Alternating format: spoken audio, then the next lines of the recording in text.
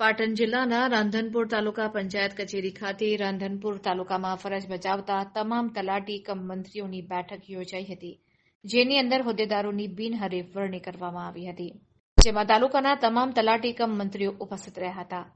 રાંધનપુર તાલુકા તલાટી કમ મંત્રી મંડળના નવા હોદ્દેદારોની વરણી કરવામાં આવી, જેમાં પ્રમુખ તરીકે શ્રી ભરતભાઈ ચૌધરી, ઉપપ્રમુખ તરીકે સુમિતભાઈ ચૌધરી, મંત્રી તરીકે જીતુભાઈ પ્રજાપતિ અને પ્રવક્તા તરીકે મનુભાઈ નાડોદાની સર્વાનુમતે વરણી કરવામાં આવી હતી.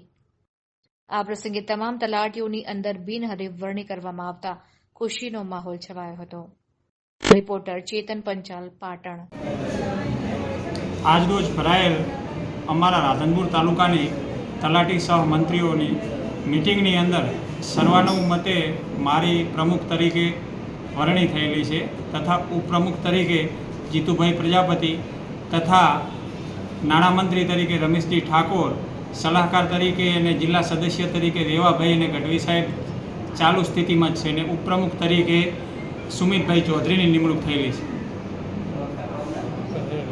રાધનપુર તાલુકા તલાટી મંડળની કારોબારી મિટિંગ યોજવામાં આવી, જેમાં સર્વાનુમતે પ્રમુખ ઉપપ્રમુખની વરણી કરવામાં આવી. ભરતભાઈ ચૌધરીની પ્રમુખ તરીકે વરણી કરવામાં આવી, ઉપપ્રમુખ તરીકે સુમિતભાઈ ચૌધરી, મહામંત્રી તરીકે જીતુભાઈ પ્રજાપતિ, તાલુકાના પ્રવક્તા તરીકે મનુભાઈ નાડોદાની વરણી કરવામાં આવી અને અમારું તલાટી મહામંડળ રાધનપુરનું એક નવું માળખું તૈયાર કરવામાં આવ્યું અને તલાટીઓના જે પ્રશ્નો છે તેનું યોગ્ય નિરાકરણ આ અમારું તલાટી મહામંડળ રાધનપુર તાલુકાનું લાવશે.